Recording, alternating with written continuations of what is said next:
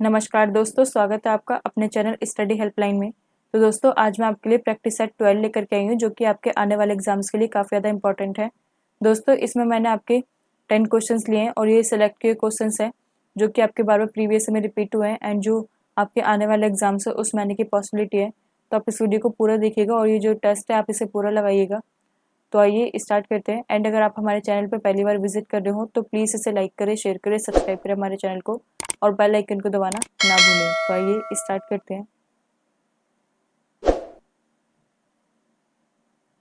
तो first question है हमारा, भारत की राष्ट्रीय आय में सर्वाधिक योगदान किसका है? तो ए ऑप्शन है इसका प्राथमिक क्षेत्र, बी ऑप्शन है इसका द्वितीयक क्षेत्र, सी ऑप्शन है इसका तृतीयक क्षेत्र, डी ऑप्शन है इसका उपरोक्त सभी का बराबर है। तो राइट आंसर क्या है इसका?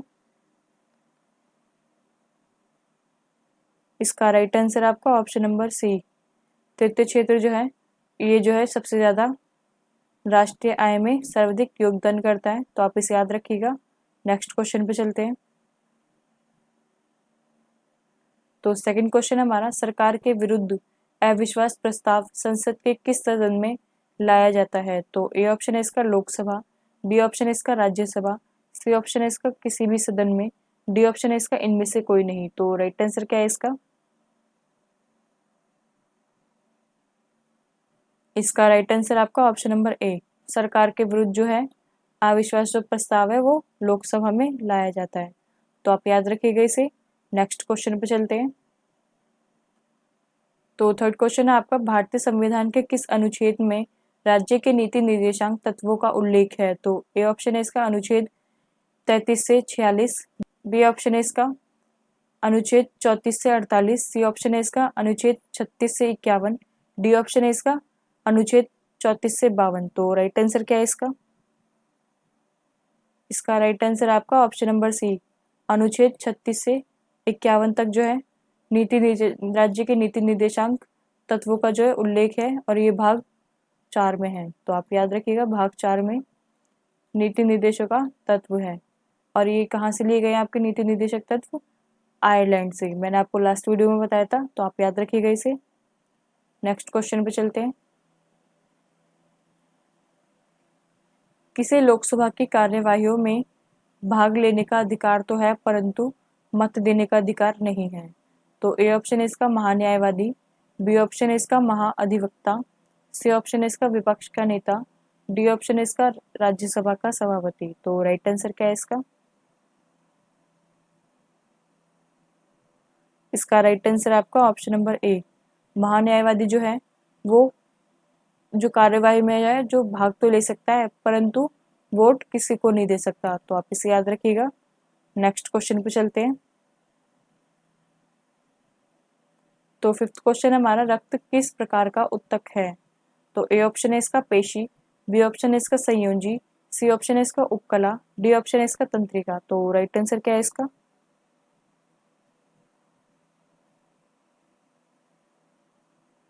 इसका राइट आंसर आपका ऑप्शन नंबर बी। तो आप याद रखिएगा दोस्तों, ये जो ब्लड है उसका जो पीएच मान है वो कितना होता है आपका? 7.4 होता है। तो आप याद रखिएगा, ब्लड का जो पीएच मान है वो आपका 7.4 होता है। तो याद रखिएगा। और जो ब्लड है वो हमारी बॉडी में कितना परसेंट पाया जाता है आपका? 7% जो है ब्लड पाया जाता है हमारी बॉडी में। तो आप याद रखिएगा, ओनली 7%। तो नेक्स्ट क्वेश्चन पे चलते हैं। सिक्स्थ क्वेश्चन है हमारा, श्रव्य परिसर में ध्वनि तरंगों की आवृत्ति क्या होती है?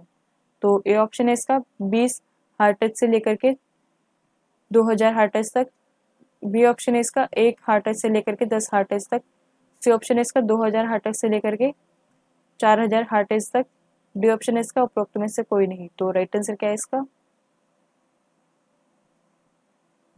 इसका राइट आंसर है आपका ऑप्शन नंबर ए, 20 हर्ट्ज से लेकर के 2000 हर्ट्ज। तो आइए नेक्स्ट क्वेश्चन पे चलते हैं।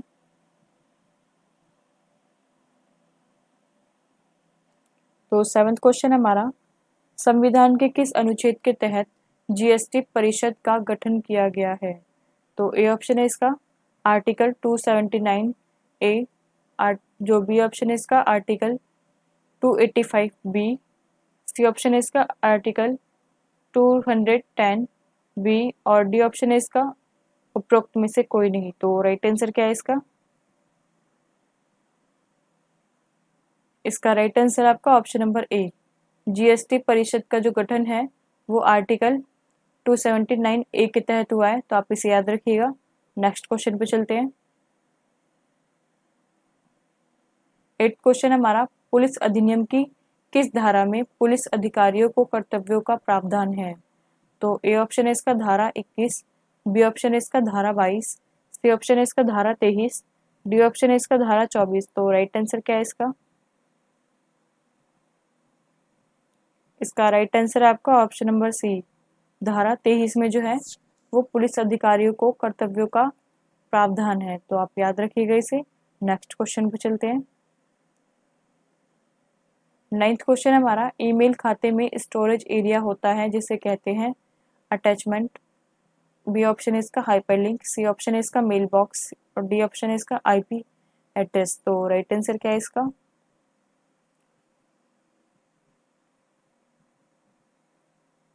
इसका राइट आंसर आपका option number C, mail box जो है उसी में ही आपका स्टोरेज एरिया होता है, तो आप इसे याद रखिएगा। नेक्स्ट क्वेश्चन पे चलते हैं।